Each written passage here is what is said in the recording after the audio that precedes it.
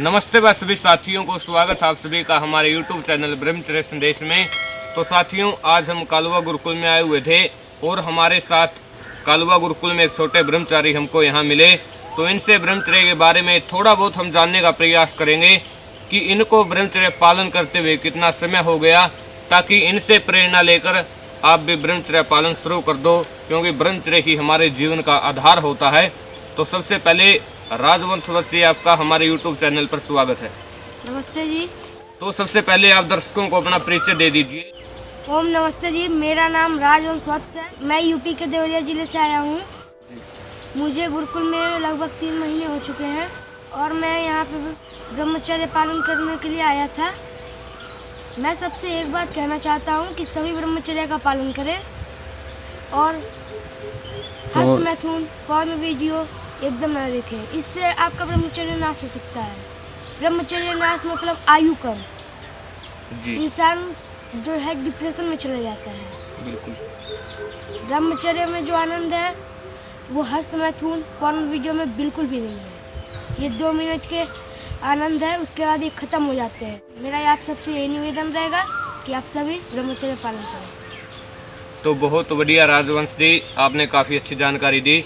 तो देखो, ये सब संस्कारों का ही परिणाम है, क्योंकि यदि माता पिता अपने बच्चों को बचपन से ही अच्छे संस्कार दे देते हैं तो उनके बच्चे ही ऐसी बातें करते हैं। नहीं तो आजकल आप देखते भी हैं समाज के छोटे छोटे बच्चे गंदी आदतों में फंसे हुए हैं। कोई हुक्का पीता है, कोई शराब पीता है, कोई बीड़ी पीता है, कोई मांस खाता है। तो ये सब संस्कारों की ही बात होती है। यदि आप अपने बच्चों को अच्छे संस्कार देंगे तो आपके बच्चे राजवंश के जैसे ही बनेंगे, क्योंकि इस आयु से यदि बच्चे ब्रह्मचर्य पालन शुरू कर देते तो उनके अंदर जो वीर्य की क्वालिटी है वो भी बढ़िया हो जाती है और फिर उन लोगों को शोपन और शादी की भी समस्याएं नहीं होती हैं।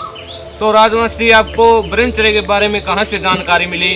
किसने आपको इसके बारे में बताया? इसके बारे में मुझे आचार्य अग्निदेव जी ने बताया।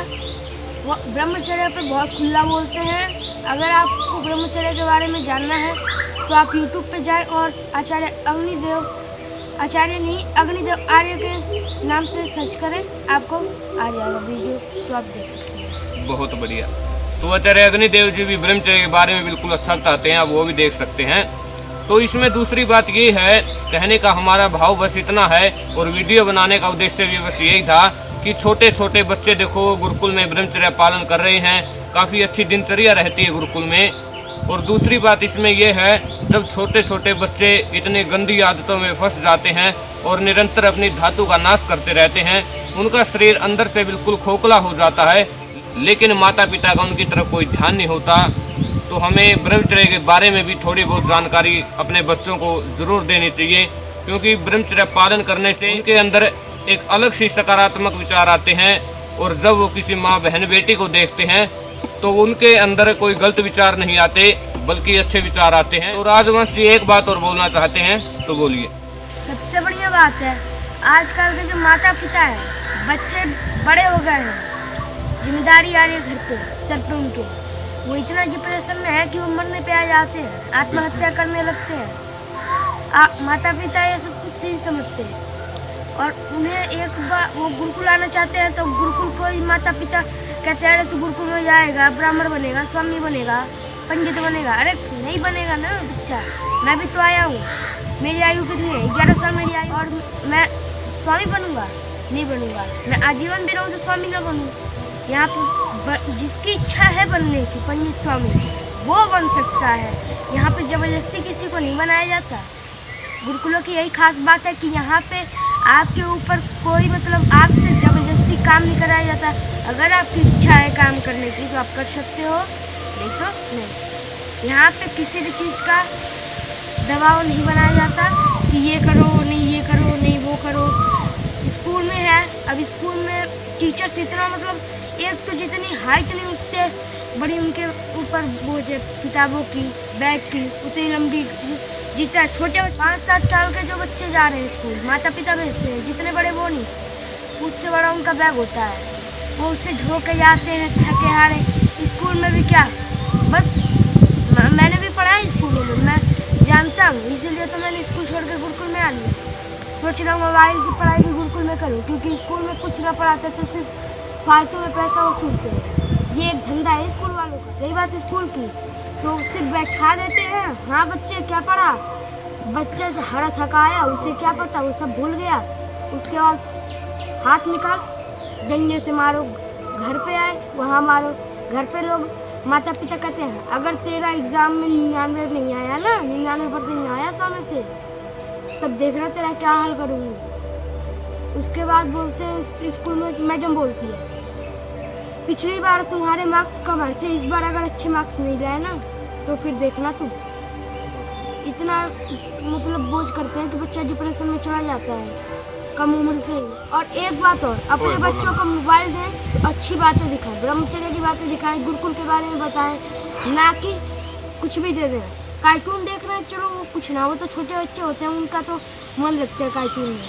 लेकिन आजकल के जो बच्चे हैं ना, 5 साल के उम्र के बच्चों की मैं बात कर रहा, उनको अगर आप मोबाइल देते हो ना, कुछ समय से उन्हें मोबाइल देना बंद कर दो तो अपने साथ बैठा के बढ़िया चीज़ें दिखाओ, न्यूज़ दिखाओ। मैंने बहुत कार्टून देखे, पिक्चर देखी, मैंने भी देखी, लेकिन आज तक कोई पॉर्न वीडियो नहीं देखी मोबाइल में।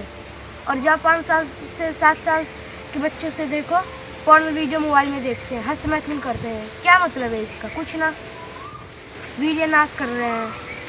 अरे यही अगर वीर्य नाश करोगे, सबसे बढ़िया ब्रह्मचर्य का पालन करो ना। आपको स्वप्न दोष होगा, एक तो स्वप्न दोष की बीमारी बहुत ज़्यादा बढ़ रही है, लोगों को सपने बहुत आते हैं।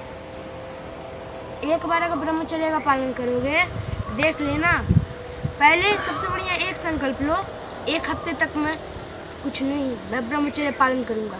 फिर कहो 2 हफ्ते तक करूँगा, फिर कहो 1 महीने, फिर बढ़ते बढ़ते वो साल तक वो आराम से चलेगा आपका। तो राजवंश जी ने काफ़ी अच्छी जानकारी आपको दी, ऐसी ऐसी बातें आपको बताई कि जिन बातों को 11 साल की उम्र में जानना तो दूर की बात है, हमें ये बातें कहीं सुनने को भी नहीं मिलती। तो देखो, जो व्यक्ति ब्रह्मचर्य का नाश करता है उसका हाल कुत्ते जैसा हो जाता है।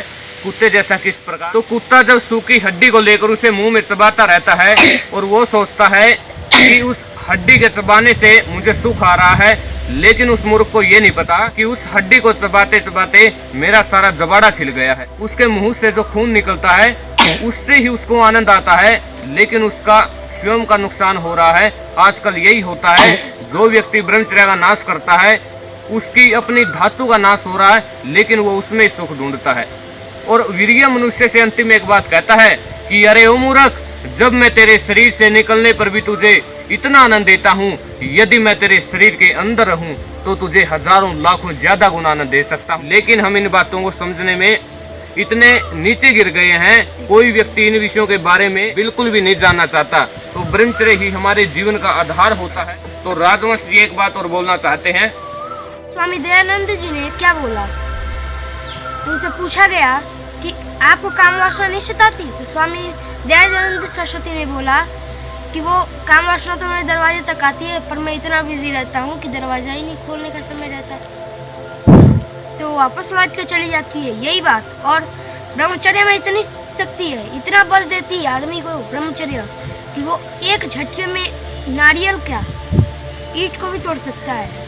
तो ब्रह्मचर्य पालन करने से आपके शरीर के अंदर बल तो बढ़ेगा और आपकी बुद्धि भी काफी तेज हो जाएगी, आपका आत्मविश्वास बढ़ जाएगा, कठिन से कठिन विषय को आप बड़ी आसानी से समझ सकोगे। तो ब्रह्मचर्य पालन से हमें अनेकों लाभ मिलते हैं, और यदि कोई व्यक्ति ब्रह्मचर्य पालन करता है तो इसका राष्ट्र को विशेष फायदा होता है, क्योंकि जब उसका विवाह होता है तो उससे एक ऐसी उत्तम संतान पैदा होती है जो आगे चलकर हमारे राष्ट्र का नाम रोशन करती है। तो ब्रह्मचर्य पालन करने से अनेकों लाभ मिलते हैं और इसका विशेष लाभ मिलता है राष्ट्र को। तो यदि कोई व्यक्ति ब्रह्मचर्य नाश कर रहा है, वो अपने राष्ट्र को घृत में डाल रहा है। तो आपको राजवंश की बातें कैसे लगी, आप कमेंट में अवश्य बताएं। और ऐसी ऐसी बातें आपको सुनने को मिली कि 11 वर्ष की आयु में कोई बच्चा इन बातों को नहीं बता सकता। तो इनका बहुत बहुत धन्यवाद। कमेंट करके आप जरूर बताएं। अंतिम एक बात और ये बोलना चाहते हैं, मेरा आपसे ये निवेदन है, कृपया इन भ्राता को चैनल को लाइक और सब्सक्राइब जरूर करें। बहुत बहुत धन्यवाद राजवंश जी आपका। तो मिलते हैं साथियों अगले वीडियो में। जय हिंद, वंदे मातरम, भारत माता की जय। जय हो।